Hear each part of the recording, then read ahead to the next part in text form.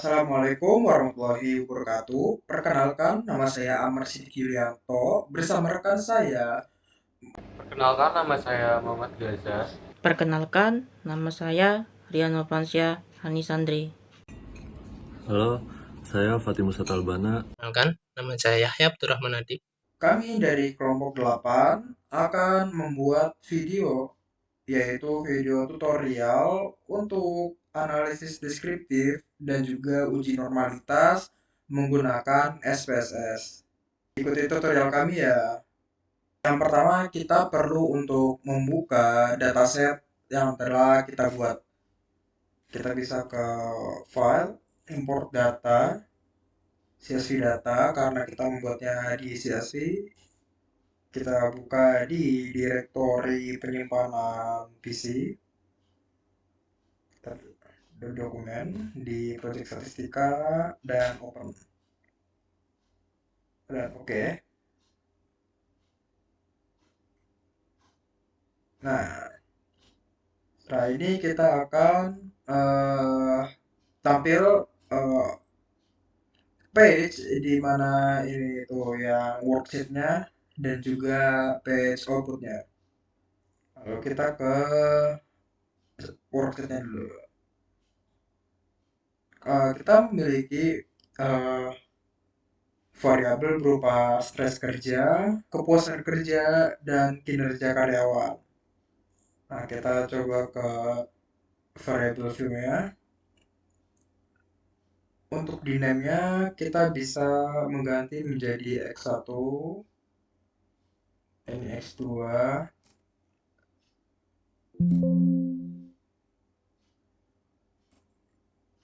maaf, X2,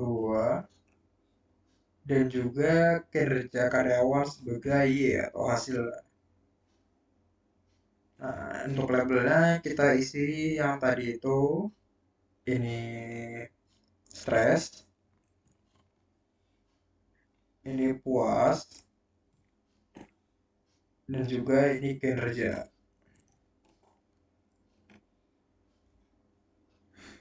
Untuk values, missing, column, line, dan row ini kita biarkan saja. Tapi untuk measure kita pakai scale, bukan yang ordinal maupun nominal.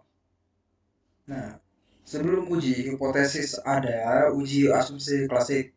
Nah, uji asumsi klasik ini merupakan persyaratan statistik yang harus dipenuhi pada analisis regresi linear berganda yang berbasis ordinary least square atau OLS.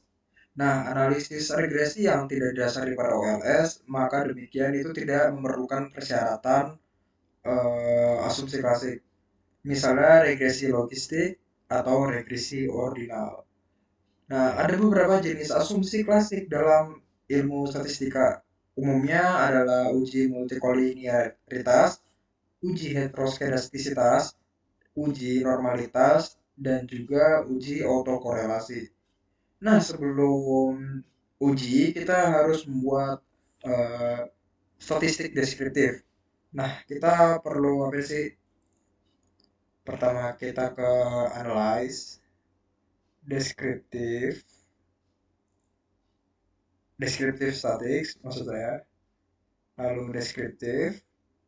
Nah, ini dimasukkan semuanya. Masuk ke option. Kita pakai yang mean.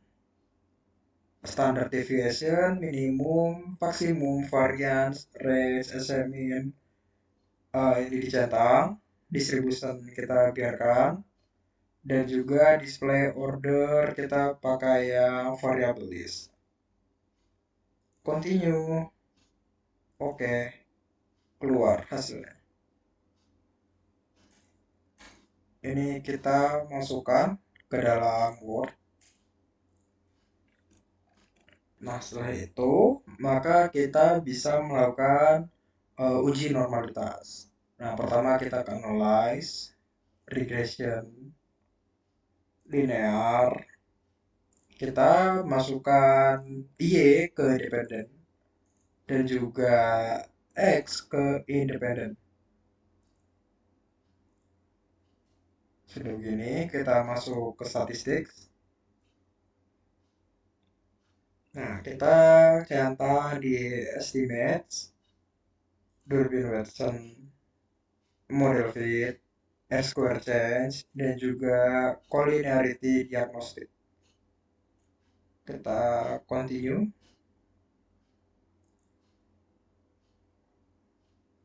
Lalu kita ke plots.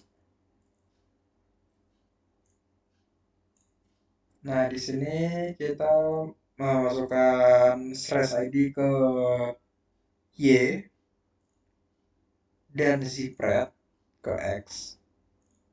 Kita centang yang histogram dan juga normal probability plot. Kita continue. Lalu kita ke save. Kita centang yang unstandardized saja di bagian residuals.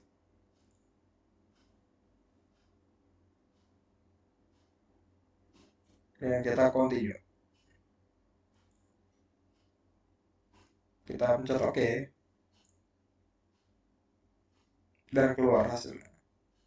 Ini di sini ada nih variabel enter, model summary, ANOVA, koefisien, collinearity diagnostic, dan juga residual statistics. Dari hasil pengolahan data uji normalitas tadi akan muncul di output SPSS. Dan di bawah statistik deskriptif yang sebelumnya sudah kita lakukan. Nah, kalau kita lihat di worksheet ini, kita bakal ada kolom baru bernama res underscore 1, yaitu data residu. Nah, uji normalitas dapat kita lakukan dengan menggunakan histogram, pplot, dan Kolmogorov Smirnov. Nah, semuanya bisa diambil dari dari Windows Output SPSS setelah selesai pengolahan data tadi. Nah, kita bisa lihat tadi pertama ada histogram. Kita copy, kita masukkan ke dalam Word. Nah, di sini kita bisa melihat dalam histogram ini persyaratannya adalah jika kurva menggunung maka data berdistribusi normal. Nah, kita coba lihat dari hasil histogram tadi. Statistik gimana ini histogramnya nih? Ternyata hasil dari histogram kita tadi itu menggunung. Jadi kita bisa tulis kurva histogram menggunung, maka disimpulkan data berdistribusi normal. Selanjutnya kita bisa melihat dari kurva pivot. Nah, ini dia kurva pivot. Kita copy, masukkan ke dalam Word, paste. Nah, lalu kita bisa lihat syaratnya. Jika garis berbentuk diagonal, maka data berdistribusi normal. Nah, kita lihat dari kurva punya kita. Nah, ini garisnya kita diagonal. Maka kita dapat tulis hasilnya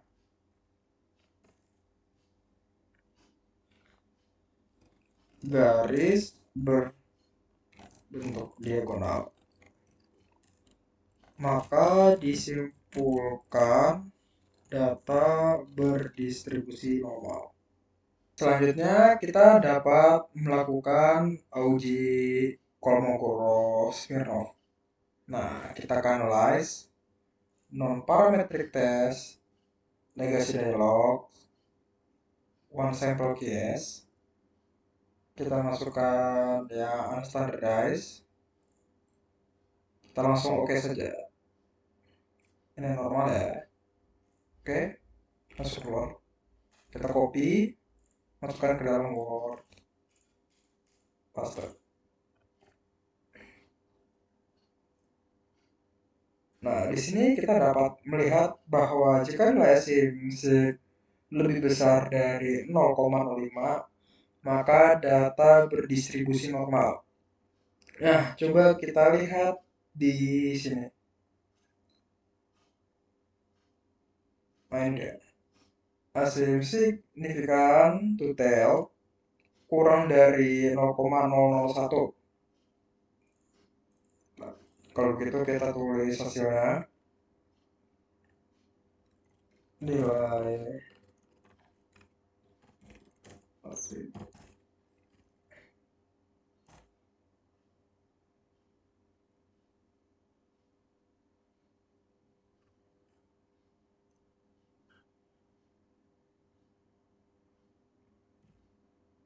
kurang dari 0.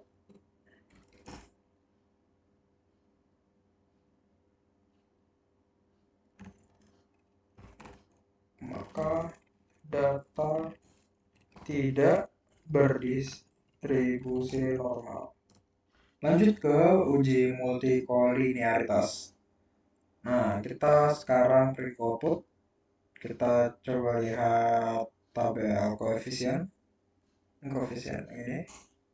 Kita copy dan paste di Word. Nah, kita dapat ngeliat ya. Nilai syaratnya nih. Nilai toleransi lebih dari 0,1 maka tidak terjadi multikolinearitas. Yang kedua, nilai VIF kurang dari 10 maka tidak terjadi multikolinearitas. Nah, kita lihat hasil yang pertama nih dari tabel nomor 1, nilai toleransi. Toleransi kita di sini ada di 0,19. Nilai toleransi 0,19 maka tidak terjadi multikolinearitas.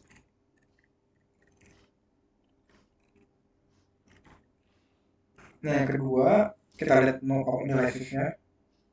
Dan ternyata nilai VIF-nya itu 52,924.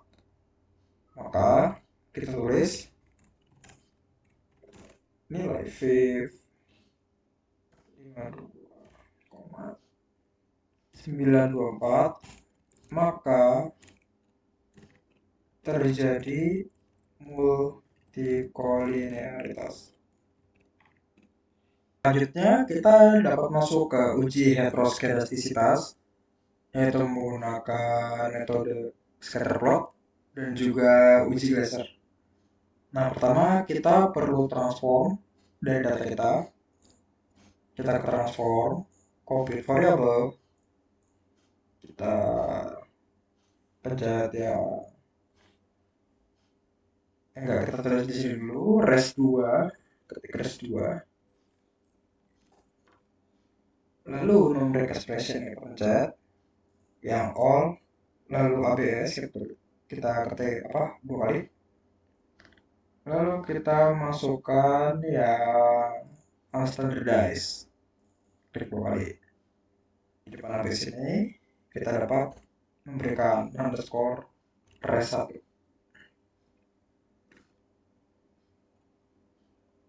Enggak, res aja. Selanjutnya kita oke saja.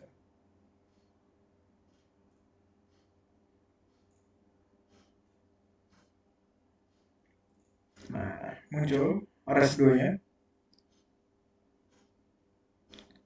Setelah itu kita dapat memunculkan hasil analisis menggunakan analyze, regression, linear. Nah, setelah muncul tab linear, di bagian dependent kita ganti menjadi res2.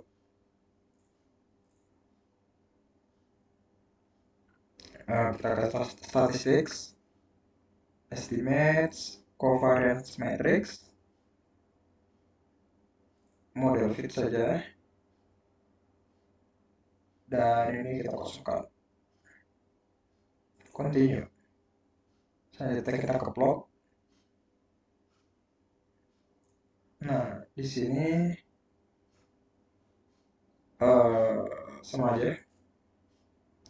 Di sini slash ID dan di sini juga diisi plat, histogram dan normal pivot. Kita unchecklist. Continue. Oke.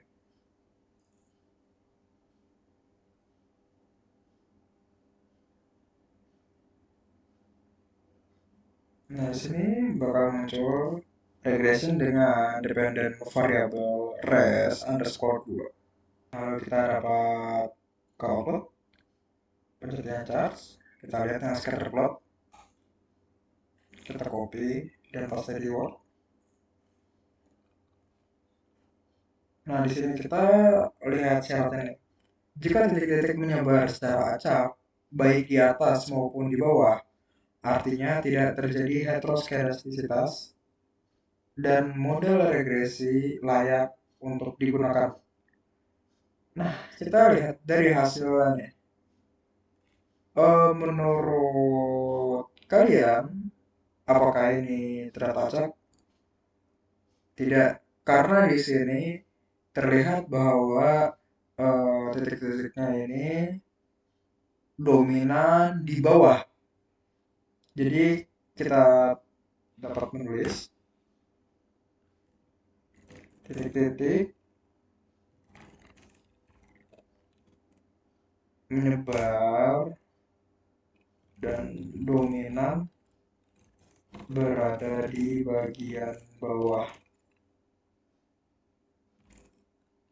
sehingga di sini terjadi heterokedastisitas dan model regresi tidak layak untuk digunakan. Selanjutnya kita dapat melanjutkan ke uji laser. Kita ke output lagi, kita ke koefisien. Koefisiennya yang dependen variabelnya res2, bukan yang kinerja. Kita kopas. Nah, coba kita lihat di sini. Syarat jika nilai signifikan lebih besar dari 0,05, maka model terbebas dari heteroskedastisitas. Kita lihat di sini kemana? Sini. Kita dapat melihat di sini bahwa signifikannya ada yang 68, 212, dan juga 235. Kita dapat masukkannya yang puas.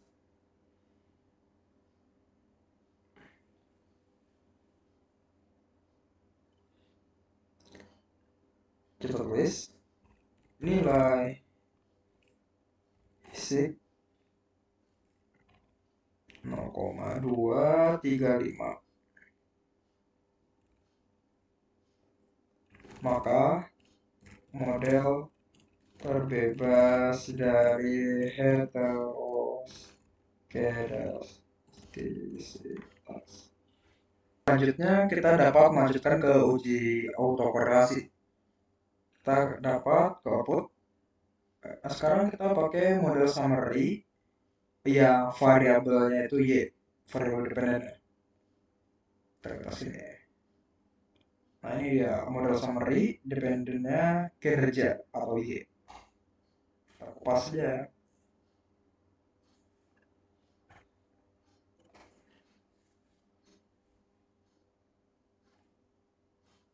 Nah,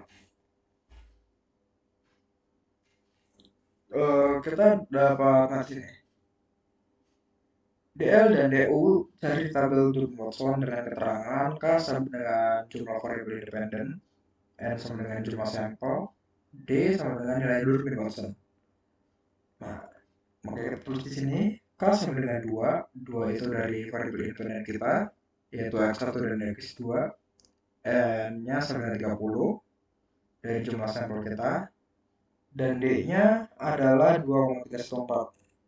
2,314. Nah, selanjutnya kita dapat melihat DU dan DL dari tabel Durbin Watson. Kalian bisa mendapatkannya dari internet.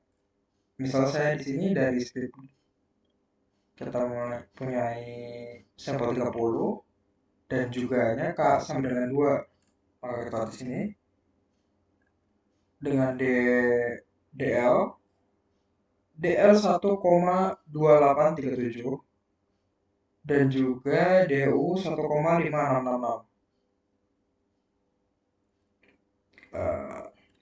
Masuk lagi ke Word. Nah, sini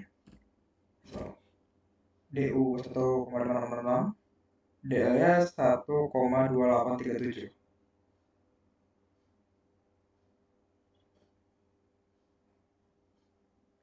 Nah, selanjutnya kita dapat menghitung dari 4 min DU-nya.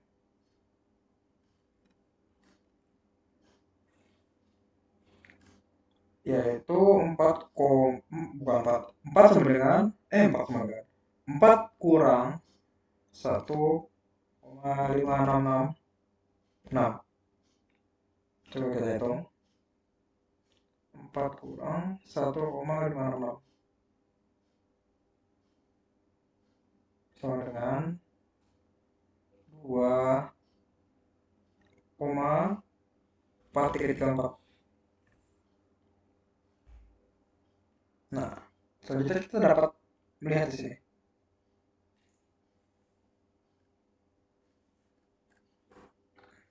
Dari syaratnya.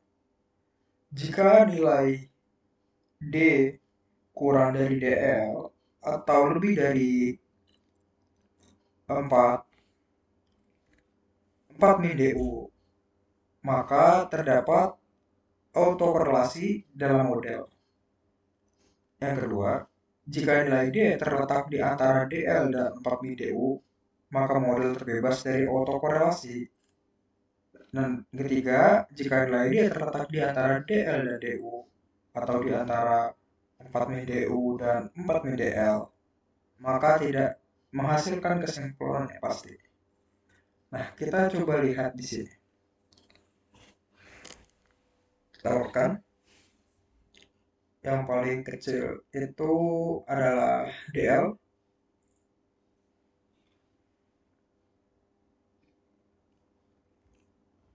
DL 1,2837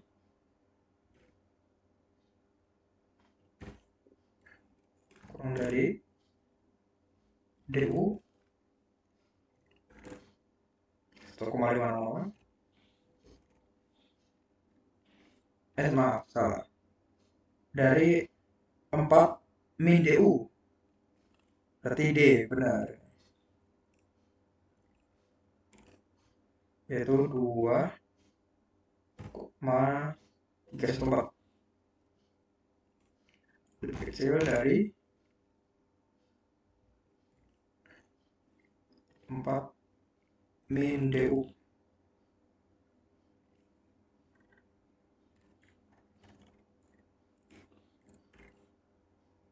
Yaitu 2,4334. Nah, dari sini kita dapat tulis bahwa